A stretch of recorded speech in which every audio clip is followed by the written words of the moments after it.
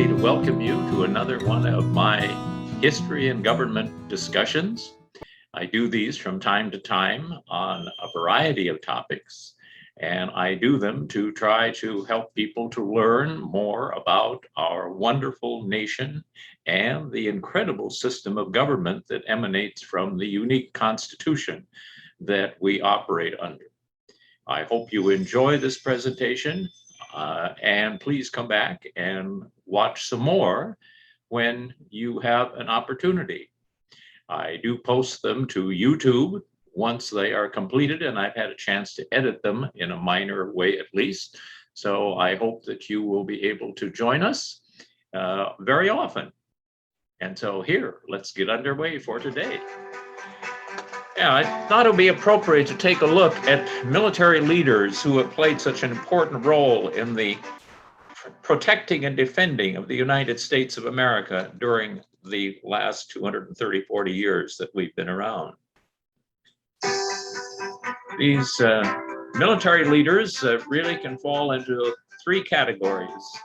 There are some who are great, genuinely geniuses who have done a magnificent job and are really heroes. And then there have been some who've been pretty good, and then some who are really shameful, really despicable people, not so good. We'll take a look at some of each of them. The first thing we'll do is take a look at, what are the officer ranks? And many of you served in the military, and many of you were, in fact, officers. And we have had historically 10 ranks. They run from second lieutenant all the way up to the rank of a 4-star general. There is a rank above general, a 5-star general, but it hasn't been awarded in 70 years. Most of the people who have been 5-star generals served in World War II, and we'll explain why that was important during that time. There is one rank still above the 5-star general, and it really only applies to 2 people, and we'll explain that again in a moment. There have been 5-star generals and 4 Navy officers who received 5 stars. George Marshall, Douglas MacArthur, Dwight Eisenhower, Hap, Henry Arnold, Omar Bradley, William Leahy, Ernest King, Chester Nimitz, and William F. Halsey. George Washington and John Pershing are history's only 6-star generals, and I say sort of because Pershing is given it, but he isn't given it, and so we'll try to amplify that a little bit. The highest rank ever obtained by George Washington when he was a leader was that of lieutenant general. Today, that would only be a 3-star general. And the reason he didn't go any higher is there wasn't any higher rank at that time. In fact, after Washington, there were no lieutenant generals until 1855 when they gave it to Winfield Scott, who was the longest serving soldier. He is given a brevet promotion, which means temporary, to the rank. After the Civil War, Congress authorized the newly created rank of General of the Army, and they gave it to, surprise, Ulysses S. Grant. Now, Grant was the first person to hold the rank, and there were no established insignia for it. So Grant decided he was going to choose 4 silver stars. After Grant, there were 3 others who held this: William Tecumseh Sherman, and then later Philip Sheridan. After the death of Sheridan in 1888, there were no more generals higher than the rank of Major General, or in other words, a 2-star general. When we get to 1919, the Congress creates a new rank called General of the Armies, not Army, but Armies. Note the plural. The rank was given to then 4-star General John Pershing, and he created his own insignia. And he selected 4 gold stars to distinguish it from the 4-star rank of general, which had 4 silver stars. March 2nd, 1899, Congress approved the creation of the grade of Admiral of the Navy. And of course, that was done specifically for Admiral Dewey. 5-star ranks of General of the Army, General of the Air Force, and Admiral of the Fleet were created in the 1940s because as they were serving alongside allies, the highest rank you could have in France, for example, or in Great Britain was Marshal. and we field marshal, and we didn't have a similar rank. So in order to be equal to them, this other rank is created.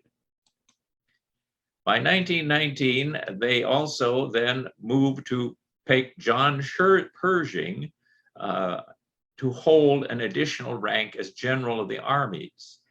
In March of 1978, Washington was posthumously promoted to the full grade of General of the Armies of the United States, effective July 4th, 1976.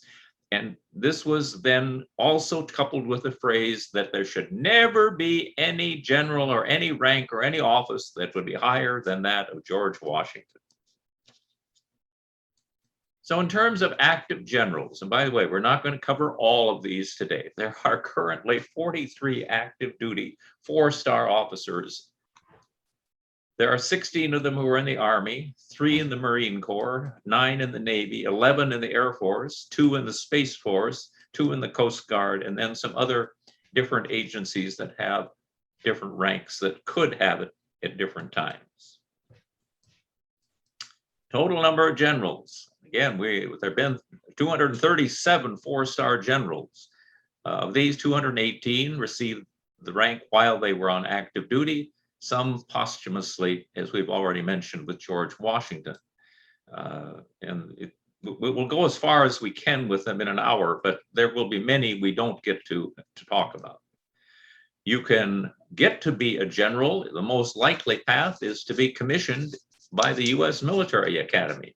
152 got there that way, 45 through ROTC, and 16 by a direct commission.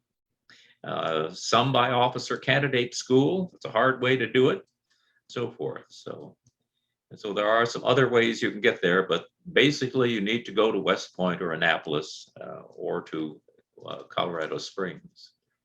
William Bull Halsey, Theodore Roosevelt, Nathaniel Greene, Sheridan, Chesty Puller, James Spruance, Winfield Scott Hancock, Alexander Vandegrift, and the man who started the Civil War by firing the first shot, P.G.T. Beauregard, Pierre Gustave Tourtant Beauregard. I love that name. Anyway, we will not be talking about these, though I could expand on each one of these as well, but they're all crucial, important generals in their time. George Washington, penultimate of all the generals, of course, was a master of guerrilla warfare, and he used maneuver and audacity both to preserve an inferior army, and it was always inferior, to the finest military force in the world at that time. And he was able to defeat the British forces at times. He was an inspiration, sharing their terrible privations at Valley Forge and other winter times. It was really pretty nasty living. And he also placed himself out in danger at the head of his troops at times. Tactically, he was solid. Nobody would say as an analyst that he was particularly imaginative. But as a strategist, he ran circles around nearly every commander the British sent against him. He used his boldness and prudence, combination necessary for general fighting with limited resources, as an enemy with command of both the land and the sea. Despite this, he seldom really lost a battle. He did lose some, but he always seemed to save his army. Most notably, he managed to get them out of Brooklyn, out of New York. Thankfully, there was fog, and he was able to escape under the cover of fog, and therefore he saved his army.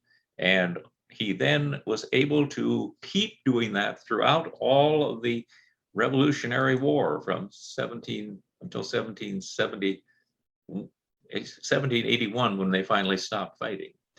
Now I have to take a little detour here and say a little bit about our favorite Baron von Steuben, Friedrich Wilhelm August Heinrich Ferdinand von Steuben. What's that? How's that for a name?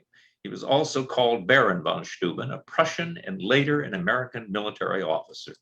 He served as an inspector general and a major general of the Continental Army during the American Revolutionary War. He was one of the fathers of the Continental Army in teaching them essentials of military drill, tactics, and discipline. He wrote Regulations for the Order and Discipline of the Troops of the United States, the book that served as the Army's drill manual for literally decades.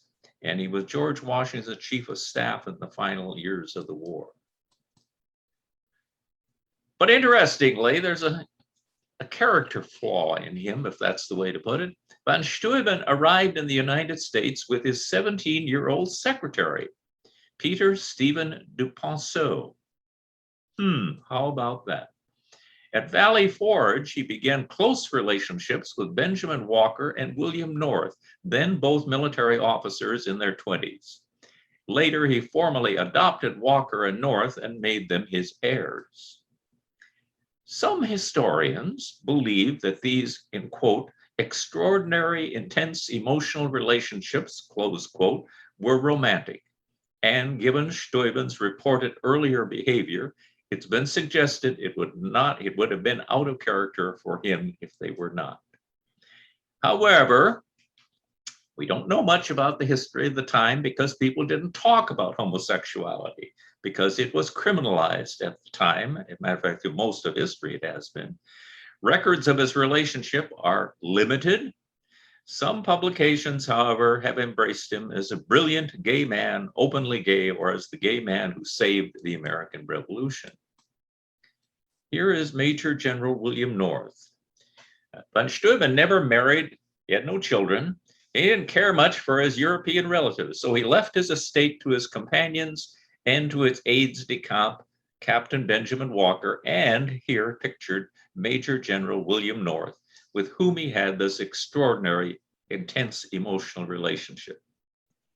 A third young man, John Mulligan, also considered himself one of von Steuben's sons, inherited his library and cash. Following his death, North divided the property bequeathed to him among his military companions. And I found this interesting. While at Valley Forge, he was known for throwing wild parties in his quarters. To be admitted, it is said, the only requirement to be allowed in was that no one was permitted to wear pants. Now, I leave that to your own discretion to think about what that was meant. So another one we talk about, Andrew Thaddeus Bonaventure Kojouksko. Now, my Polish is not very good, so if I didn't pronounce it correctly, you'll forgive me. Polish-Lithuanian military engineer, statesman, and military leader who becomes a national hero in many countries, in Poland, in Lithuania, in Belarus, and the United States. As supreme commander of the Polish National Armed Forces, he led an uprising in 1794 that even bears his name. He had moved to North America in 1776 and took part in our war as a colonel. He was an accomplished military architect and designed and oversaw the construction of state-of-the-art military fortifications, including West Point, and eventually he is promoted to being a brigadier general. Marquis de Lafayette. His real name is Marie-Joseph Paul Yves Roche Gilbert du Motier. And he's known in the United States as Lafayette, a French aristocrat and military officer. And he fought in the American Revolutionary War as a very young man in his 20s. And he commanded American troops in several battles, and most crucially, at the siege of Yorktown that ends the Revolutionary War. When he returned to France, he was a key figure in the French Revolution in 1789 and their later July Revolution of 1830. He is considered a national hero in both countries. Winfield Scott. This is quite a fellow. He rose to fame as the man who defeated Mexico in a brilliant amphibious campaign far ahead of its time, followed by an audacious march on Mexico City. He devised later on what is known as the Anaconda Strategy, and that is how the North finally did strangle and win the Civil War against the Confederacy. To this day, in his day, no less an expert than the Wellington called him the greatest living general. Called Old Fuss and Feathers and the grand old man of the army, was a national hero, He led one of the two invading armies and later was the occupying military governor of Mexico City. In 1852, the Whig Party passed over Millard Fillmore, the incumbent, and nominated him as their candidate for president. Scott lost to the Democratic Party nominee Franklin Pierce in the general election. And believe me, the United States suffered as a result of it. Scott served under every president from Jefferson to Lincoln, a total of 14 administrations. He served a total of 53 years of active service, 47 years as general, 20 years as commanding general. He holds the record for the greatest length of active service as a general in the U.S. Army, as well as the longest tenure as the Army's chief officer. He is one of very few Americans who have served as a general during 3 major wars, including Douglas MacArthur and Hershey. Historians rank him highly as a strategist and a battlefield commander. When he retired in November of 1861, remember the war begins in April of 1861, so he continues as general in the first part of the Civil War.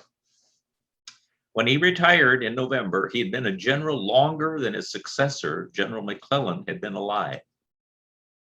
And he was 74 years old at that time, and he suffered from serious health problems, gout, rheumatism, and what they then called dropsy, which is today called congestive heart failure. He was extremely overweight, probably over 300 pounds. He was unable to mount a horse or review troops. I'm sure the horses gave thanks for that. Although Scott was born and raised in Virginia, he remained loyal to the United States and never considered, as Robert E. Lee did, joining the seceding states. Dwight David Eisenhower, and you all now know more about him. It's in our lifetime, disparaged by the flamboyant MacArthur as the best clerk I ever had. He was the archetype of the modern political general in the age of coalition warfare. He never forgot his primary mission, which was to keep the various allies happily working in concert, and he was able to orchestrate a massive campaign against the Axis in Europe and North Africa that brought total victory. No general in history has commanded a larger force on land, sea, and air. While he had to allow his British allies to take the bit in the teeth, and he had to put up with barely competent people like General Montgomery, he managed to win the war with minimum casualties and no major defeat, although there were some embarrassments.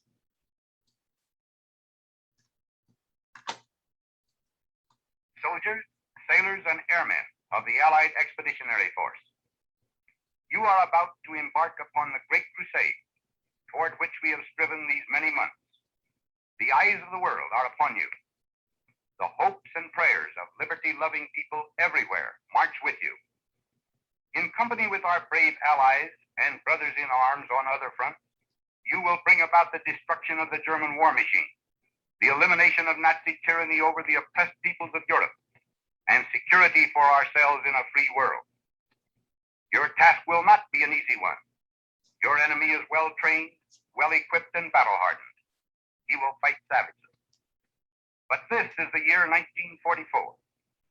Much has happened since the Nazi triumphs of 1940-41.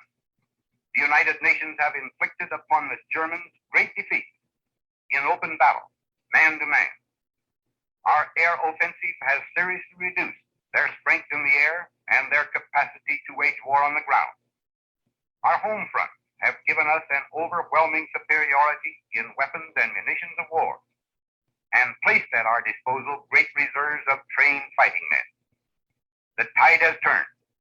The free men of the world are marching together to victory. I have full confidence in your courage, devotion to duty, and skill in battle. We will accept nothing less than full victory. Good luck, and let us all beseech the blessing of Almighty God upon this great and noble undertaking. This was his message that he sent or gave the night before the troops were to go on D-Day the next morning. So then there is Douglas MacArthur, even more theatrical than the famously dramatic Patton. more about him in a moment. Eisenhower, who served as an aide in the 1930s, once quipped, "I studied dramatics under MacArthur. He was the epitome of the general hero at a time when America needed one." He successfully led the Southern Theater of the Pacific Campaign and presided over the surrender of Japan. In 1950, his audacious strategy of landing massive forces behind the North Koreans at Incheon was a masterpiece, and he drove the North Koreans right up to the border with China. And then he wanted to go on into China and, quote, finish the job. At that point, because this was a United Nations action, he was stopped. And because he wanted to do that, in spite of the orders he had been given, he is sacked, fired by Truman. He drove the Koreans out of the South and back to the Chinese border. And he is sometimes acclaimed the greatest general of the 20th century, as he was succeeded in extricating his army intact, and after appointing Ridgway to lead the 8th Army, which stopped the Chinese advance, we then wind up at the 38th parallel, and we've been there ever since. This is MacArthur returning to the Philippines, just so you get a taste of what he sounded like. This is the voice of freedom, General MacArthur speaking. People of the Philippines, I have returned. By the grace of Almighty God, our forces stand again on Philippine soil, soil consecrated in the blood of our two peoples. We have come dedicated and committed to the task of destroying every vestige of enemy control over your daily lives, and of restoring upon a foundation of indestructible strength the liberties of your people. At my side is your president, Sergio Osmeña, worthy successor of that great patriot, Manuel Quezon, with members of his cabinet.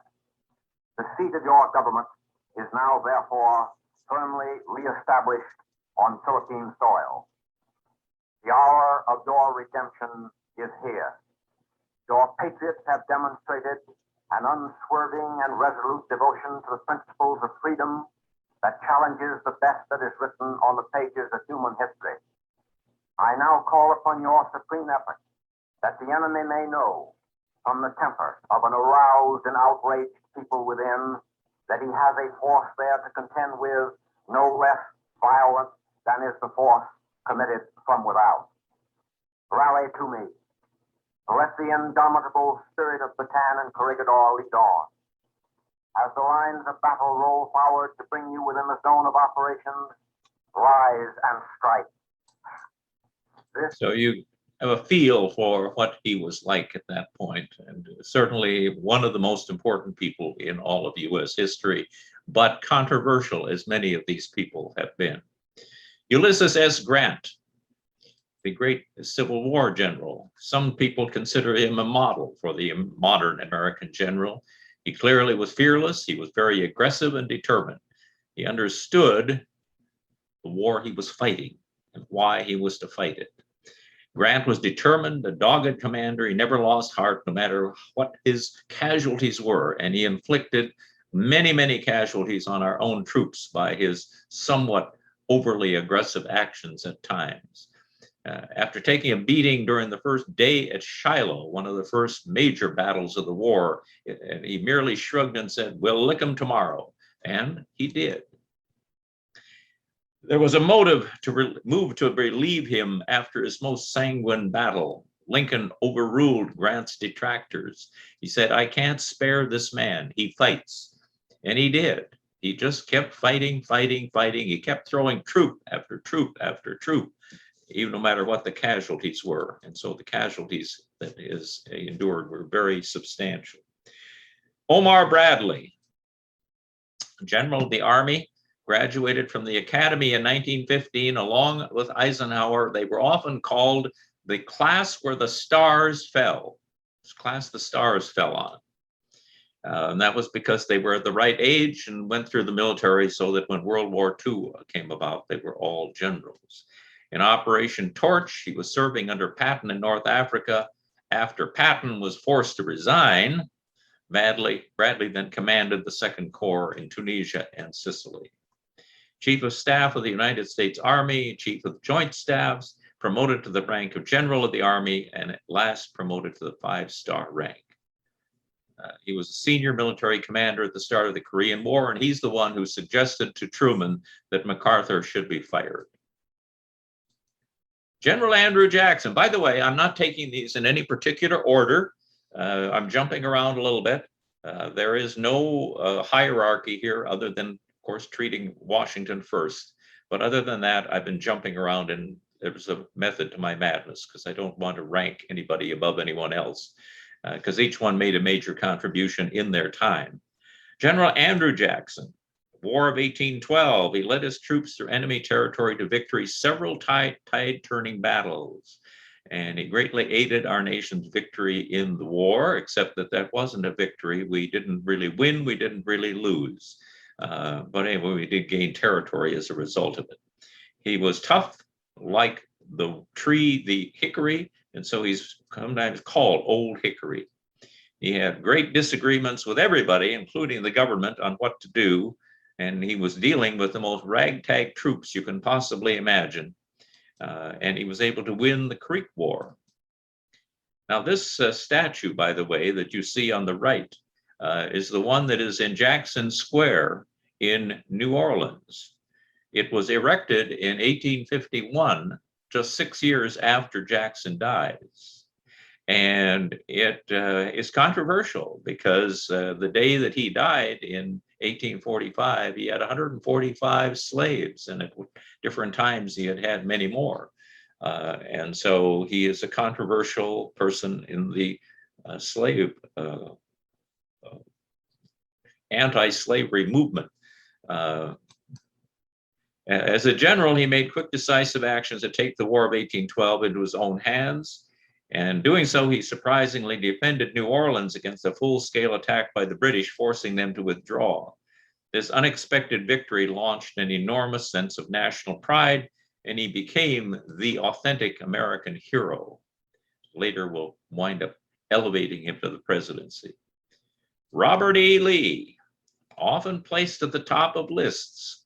He did make some grave tactical and strategic mistakes, particularly at Gettysburg, and was greatly aided by the help of able sub-commanders such as Jackson and Longstreet, who often gets little credit, and he should get more. He was an inspiring commander, bold strategist, a tactical innovator, and actually he came very close to winning an unwinnable war. And in the 7 Days Battle in particular, striking compared to his overcautious opponent, General McClellan. The statue you see on the bottom is the one that has just been taken down in Richmond, Virginia, and that has been controversial. Robert E. Lee's record is being re-examined. That's what happens, in the world of historiography. Just because you're evaluated one way, 10 years or 20 or 30 years from now, you might be re-evaluated in another way when historians take a new look at you. He had 2 invasions of the North, and they were well conceived and had every chance of succeeding. The first was thwarted by lost orders falling into the enemy's hands, resulting in McClellan being able to concentrate his forces against Lee's at Antietam. The thing that you need to remember is that the South never needed to, in quotes, win the war. All they needed to do was get to the point where the North lost the will to conduct the war and would then sit down at the peace table and agree to some conditions. At Gettysburg, a campaign that was initially even more successful, he may have had a mild heart attack, which would have explained his lethargy and lack of imagination during the battle. Had anyone else been in command of the Confederate war effort in the last 2 years, however, the war would have ended much sooner than it did. He knew how to, again, be somewhat like a guerrilla fighter.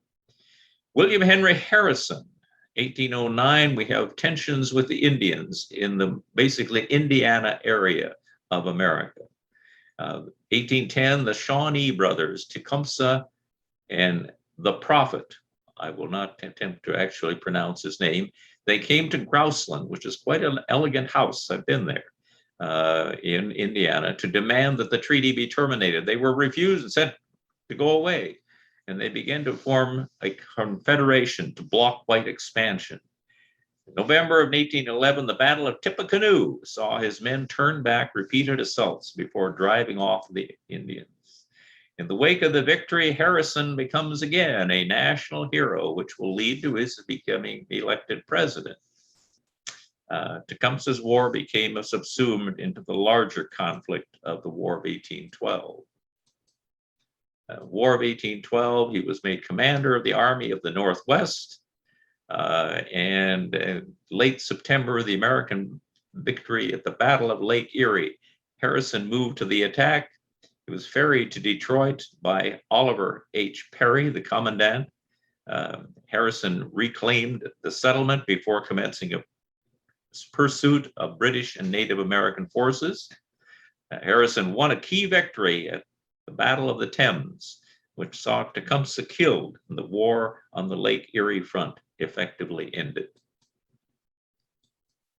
William Tecumseh Sherman, hated in the South to this day for the devastation he brought them. Sherman stands out as the most clear-sighted strategist of the Civil War. He understood that to break the Confederacy's indomitable will, he had to make a war too terrible to bear. His concept of tough war presaged the total war concept unleashed in the 20th century.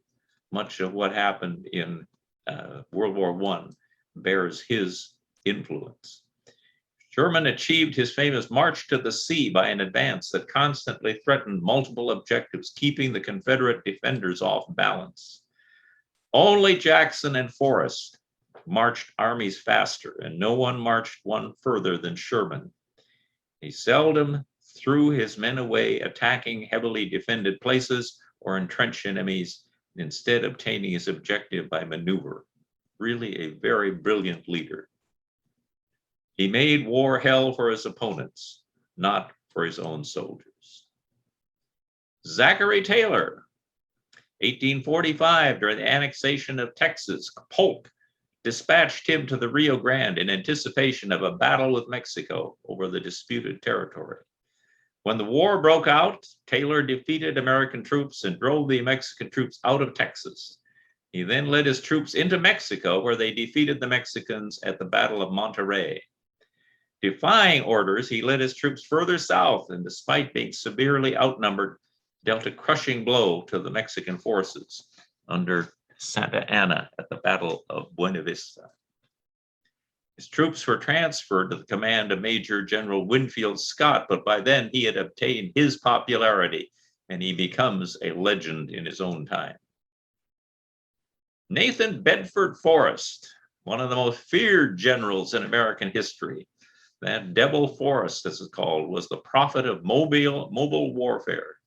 His campaigns were allegedly studied by the German proponents of the Blitzkrieg and compare favorably to those employed by Rommel and Guderian, who is the Blitzkrieg expert during World War II for the Germans. The fightingest general in American history, personally killing with his own hands some 30 Union soldiers and losing 29 horses in the process. Forrest was dubbed the Wizard of the Saddle, but he was in truth a wizard and prophet of modern warfare. And to this day, he is despised because he was the founder of the Ku Klux Klan. Thomas Stonewall Jackson. His reputation for solidness on the battlefield earned him the name Stonewall. He could not be moved, but his nickname belies the aggressiveness and rapidity of movement that became his hallmark. During the Valley Campaign, he marched his infantry brigade so quickly and covered so much ground they became known as Jackson's Foot Cavalry. Brave, eccentric, religiously upright, bold, Jackson was at the best when given independent command, perfectly complementing Commander-in-Lee as his corps commander. His crowning glory at Chancellorsville, cost him his life when he was wounded coming back from an evening reconnaissance by his own sentries. He argued that the Battle of Gettysburg and the Civil War was lost the moment, it can be argued rather, that the Battle of Gettysburg and the Civil War was lost the moment those shots echoed in the woods at Chancellorsville. You can't fight a battle that didn't happen. You can't, if he wasn't there to do it, he wasn't there to do it. And then this famous guy, George S. Patton Jr. No general was more controversial or effective during World War II than old Blood and Guts, the only American commander admired and feared by the German high command. He was the ultimate progenitor of mobile command. Like Forrest, he was a prophet of mobile warfare and advocated using every vehicle in the Third Army to supply trucks to the backs of the tank, to support his infantry, to transport his infantry so they could keep up with the relentless pace he set for his armor. The ultimate warrior, as a young cavalry officer, he had chased Pancho Villa into Mexico. And during this campaign, he got into an Old West-style gunfight with two of Villa's lieutenants, killing them both. He created and led America's only armored brigade during the First World War.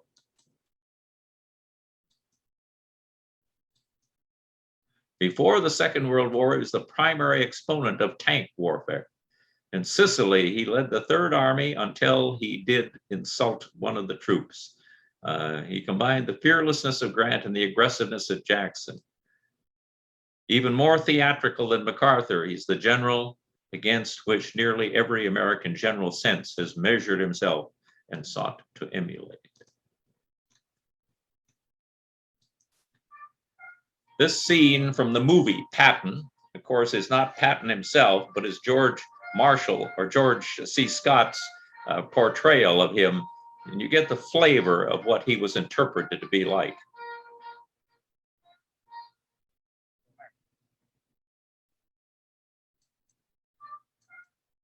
And it does make me wonder, what would he be saying about Vietnam? And what would he be saying about our retreat from Afghanistan? And I, of course, don't know. I suspect he would not have approved of what was happening.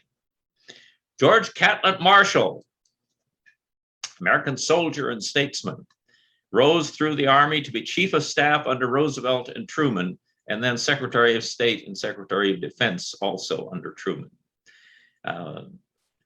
Winston Churchill called him the organizer of victory for his leadership.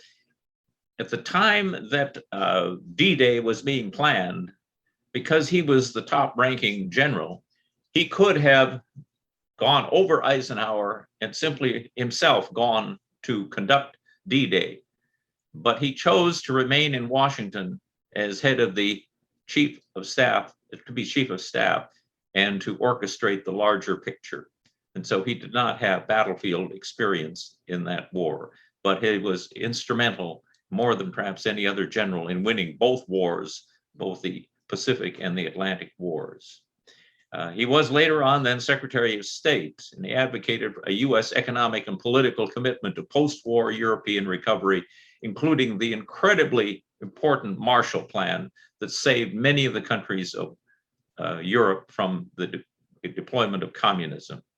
And then the plan, of course, was named for his name. In recognition of his work, he was awarded the Nobel Peace Prize in 1953. A remarkable man. Matthew Ridgway, who succeeded MacArthur in Korean conflict, also a great and a significant general in his time, portraying many different roles. These guys are, they're just the top of the top of the top of the top. And while he may not be quite as much of a hero as MacArthur or Eisenhower, his role was extremely important, as you can see from the list of very important positions that he held.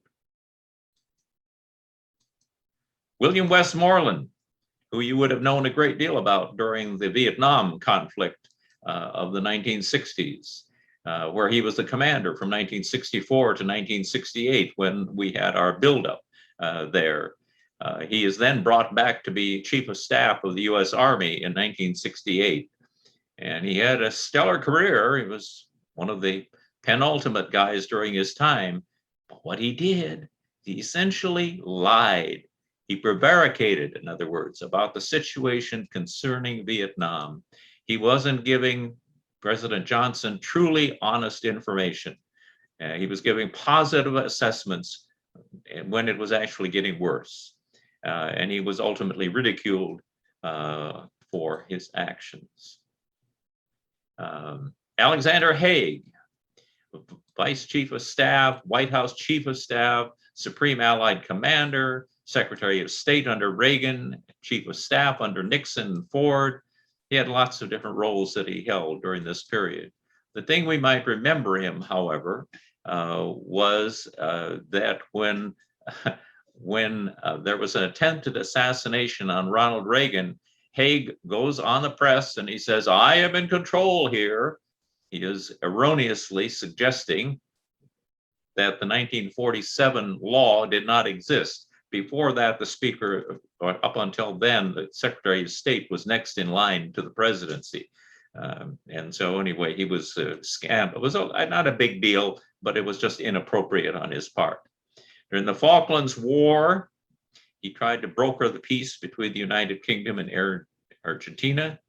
He resigned from the cabinet in 1982. In 1988, he ran to be presidential candidate, which ultimately George H.W. Bush won, but he runs as a contender.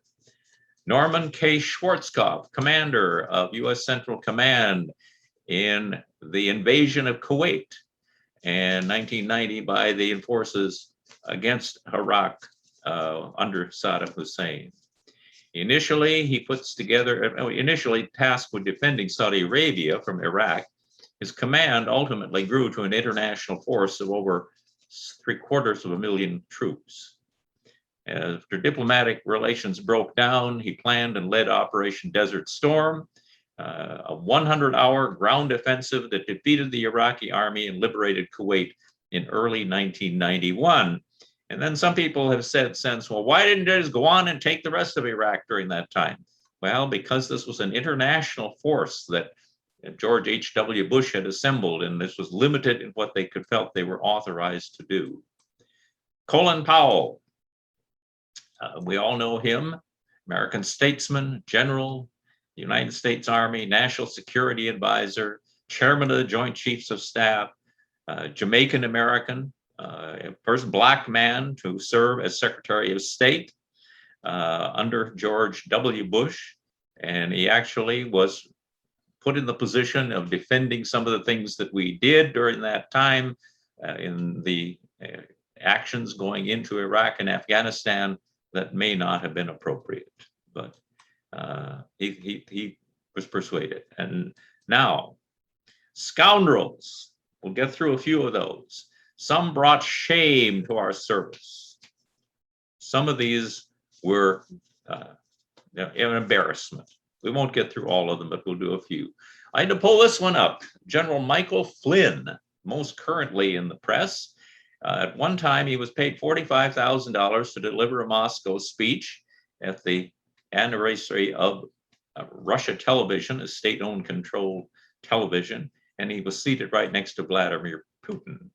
He became National Security Advisor to Trump just after, well, during his presidential campaign, and he was only in office as National Security Advisor for a few weeks when it was determined that he was being inappropriately and he had lied. He had to resign because he had lied to President Pence or Vice President Pence and others about the nature of a communication that he had. And he finally formalized a deal with special counsel to plead guilty to a felony count of willfully and knowingly making false statements. And ultimately, he is pardoned by President Trump. And July 4th, 2020, this is interesting, Flynn pledged an oath to the pro-Trump QAnon conspiracy theory. And after the election, as Trump sought to overturn the results of the 2020 presidential election in which he was defeated, Flynn made the suggestion that the president should suspend the Constitution, silence the press, and hold a new election under military authority. How's that for a top general, huh? Flynn later met with Trump and their attorney Powell in the Oval Office to discuss the president's options. Trump denied reports that Flynn's martial law idea had been discussed. This morning, I found he's still in the news. On October 5th, Tuesday of this week, he appeared in a little-known YouTube channel called Truth Unveiled. For a different reason, he was rebutting the idea that he led a church organization in a satanic ritual borrowed from a nuclear doomsday cult. A real sweetheart. George Armstrong Custer, another guy who grew up with war ingrained. He kicked all levels of ass throughout the Civil War, including 2 big wins at the first Battle of Bull Run and Appomattox campaign. He eventually got to hang out and watch Confederate General Robert E. Lee surrender. When he was finally killed at the Battle of Bighorn, he died with every last one of his men, and despite conflicting accounts of how he died or actually killed him, it's not disputed that he went down fighting. Mustache perfectly groomed. He's an odd little characteristic of him, however. He loved dogs, and he would keep between 40 and 80 animals at a time. Not known exactly when he started animals, but it is documented that in 1866, he and his wife had 23 dogs, and it grew from there. His love of animals so deep that his wife almost abandoned their bed before he agreed to stop sleeping with them. And he brought his dogs along with him when he would go out to campaign. Before embarking on the campaign at the Little Bighorn, Custer tried to send all of his dogs back home. This caused his dog handler to suspect the campaign was more dangerous than most. Some of the dogs refused to leave, so they were still there, but it's unknown what happened to the dogs after the battle, but they were not at the battle and were not shot. Little oddity about some of these guys. Benedict Arnold, early American hero of the Revolutionary War, became one of the most infamous traitors in U.S. history. And he switched sides and fought for the British. The outbreak of the war, he participated in the capture of the British garrison of Fort Ticonderoga. In 1776, he hindered a British invasion of New York at the Battle of Lake Champlain. The following year, this is important, he played a crucial role in bringing about the surrender of British General John Burgoyne, the army at Saratoga. And Saratoga is the tipping point, can be said, of the Revolutionary War, because as a result of our victory there, France decided that it could support us from that point forward. And that was a very essential development. Now, as you'll find out when we talk about Gage next, he never received recognition he thought he deserved. And later in 1779, he entered into secret negotiations with the British to turn over the U.S. post at West Point in return for money and a command in the British Army. The plot was discovered, but he was able to escape to Britain, and his name has since become synonymous with the word traitor. He himself is able to live out a pretty comfortable life in Great Britain for the rest of his years. Horatio Gates. Great generals have great talents, but unusually egos and ambitions. This guy rose to fame as a commander during the momentous American defeat of a British army at Saratoga. He gets official credit, though most historians believe it was really Benedict Arnold who did the right things at Saratoga. Gates thought otherwise, fancied himself a better commander than George Washington. Anyway, so Horatio Gates. During the darkest day of the rebellion, when Washington's army had been kicked out of New York and King George's star seemed ascendant, the Conway cabal of disgruntled officers and politicians unsuccessfully schemed to out Washington and appoint Gates. How well that would have worked out can be seen when Gates was sent to command American troops in the South. His poor tactical decisions resulted in his army being routed by a smaller force of redcoats and loyalists at the Battle of Camden in South Carolina in 1780. And if Greene had not been successful once he was replaced, who knows what would happen. But as a result of the situation that unfolded in coming days, it leads to Yorktown very soon after that. And Gates is not, is pretty well disgraced. George McClellan The American Civil War was a factory for producing bad generals, such as Braxton Bragg and Ambrose Burnside. This one, you can only call him ultimately a failed general. Some had referred to him as a young Napoleon. He was this great young man who was going to do incredible things. And he was a superb organizer, a West Point trained engineer, but he was overly cautious. He always believed the other side had twice as many troops as he did. And it was necessary, Lincoln said, to have aggressive action. His Army of the Potomac moved hesitantly. His commander convinced himself that the Southern armies vastly outnumbered him when logic should have told him it was the North that enjoyed the abundance of resources. Lincoln knew this, and this was essential to understand when analyzing the Civil War. The only way the Union could lose the war was if the North eventually grew tired and agreed to allow the South to secede. If they would have simply said, oh, let's quit it and go sit at the bargaining table. And so it was important that they move rapidly, and McClellan would never move. Braxton Bragg, another failure, Confederate general. Interesting, there's a Fort Bragg. I think this is some of these forts that are, and this is controversial today, are named for defeated generals. Anyway, he was the one who replaced Albert Sidney Johnston, probably one of the more brilliant Southern Confederate generals. He's killed at Shiloh, and he conducted various operations. He later has the most significant victory at Chickamauga, but later is defeated by Grant at Chattanooga, replaced by Joseph E. Johnson. Ambrose Burnside with the colorful hair. Anyway, he took charge of the Army of the Potomac after McClellan was relieved.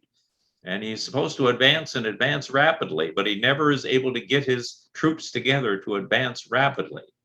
At the Battle of Fredericksburg, Burnside's forces made a series of failed frontal assaults against Lee's nearly impregnable defenses, resulting in decisive Confederate victory and almost 13,000 Union casualties. He attempted to rally his troops, but they got caught in the mud and heavy rain and were not able to move. And so he then approaches Lincoln and he says, Lincoln, you want you to relieve several of these generals that are working for me from duty or accept my resignation. And Lincoln graciously accepted his resignation and replaced him with Joseph Hooker in January of 1863. Lloyd Friedenhall. When the Germans shattered his troops and his reputation at Kasserine Pass in Tunisia in 1943, he was the only major general and a corps commander. He was only a major general. The saving grace for McClellan was that he wasn't commanding an army. Not that he didn't have real issues that have tried any commander. He was just woefully experienced against Rommel's Africa Corps, one of the best troops that there has ever been. His solution was to order an army engineering company to build a giant bunker 100 miles from the front line. He also issued orders to his troops in a personal code that no one else understood. And here's an example.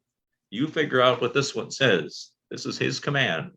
Move your command, i.e., the walking boys, pop guns, Baker's outfit, and the outfit, which is the reverse of Baker's outfit, and the big fellows to M, which is the due north of where you are now, as soon as possible. Have your boss report to the French gentleman whose name begins with a J at a place which begins with a D, which is 5 grid squares to the left of M. What a genius, eh? Anyway, the Kasserine disaster had serious ramifications and had to be overcome later on. Now, this guy is actually pretty good, Admiral John D. Bulkeley.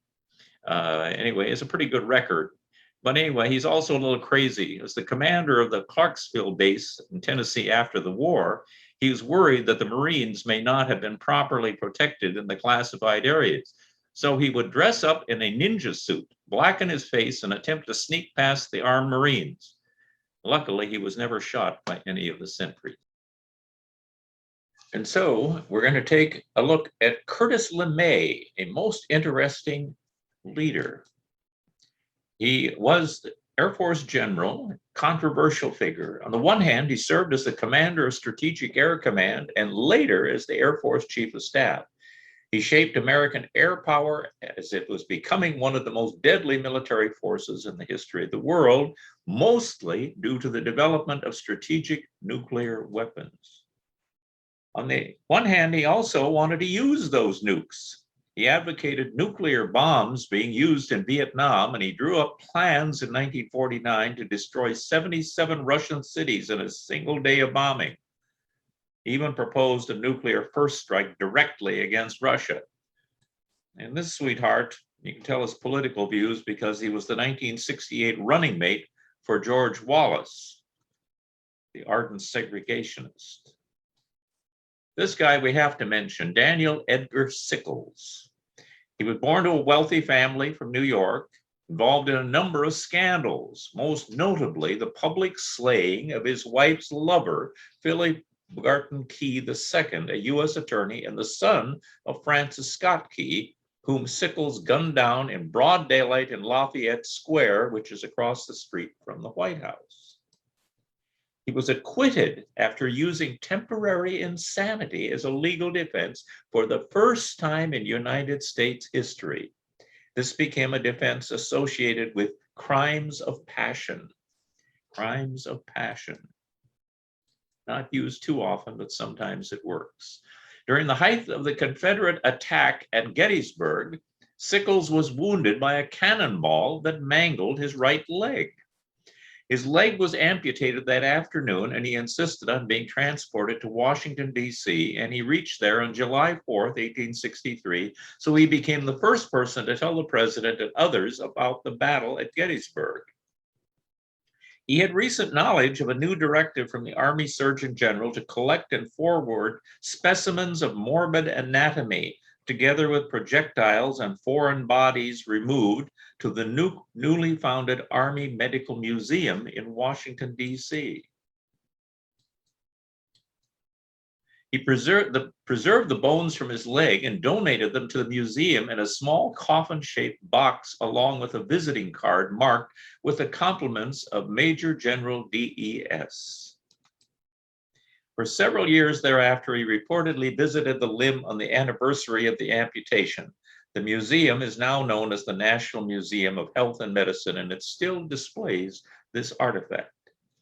And then several years later, he was at the Battle of Gettysburg's battlefield, and someone said, General Sickles, why is there no memorial to you here? He said, the entire battlefield is a memorial to me, he modestly said.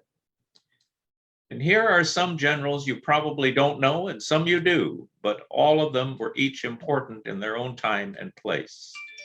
And there's too much and too many to mention all of them, and so we'll quickly run through a list of some I did not have a time to cover. Thomas Power, who was known as unstable and a sadist. Mad Anthony Wayne, who became known as a famous bayonet attacker. Gideon Pillow, who ran away at the Battle of Fort Donelson. William Hull, who was court-martialed and sentenced to death, and later he was given a reprieve. Alfred Thayer Mahan, a very important apostle of sea power. John Joseph Pershing, sometimes a six-star general of World War I. Harley Hap Arnold, called the father of the Air Force. Admiral Glasgow Farragut, in the Civil War, he was responsible for great victories along the southern coast and the Mississippi corridor. Admiral George Dewey, who we know was the person who subdued the Philippines in the Spanish-American War. Chester William Nimitz, the fleet commander of the Pacific and a very strong submarine advocate.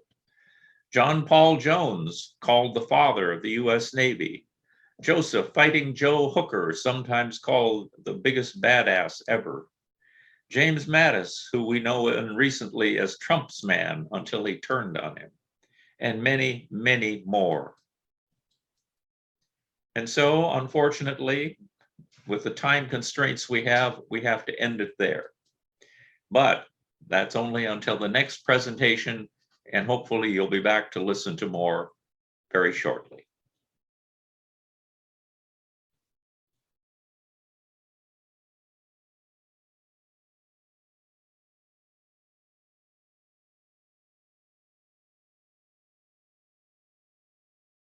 you.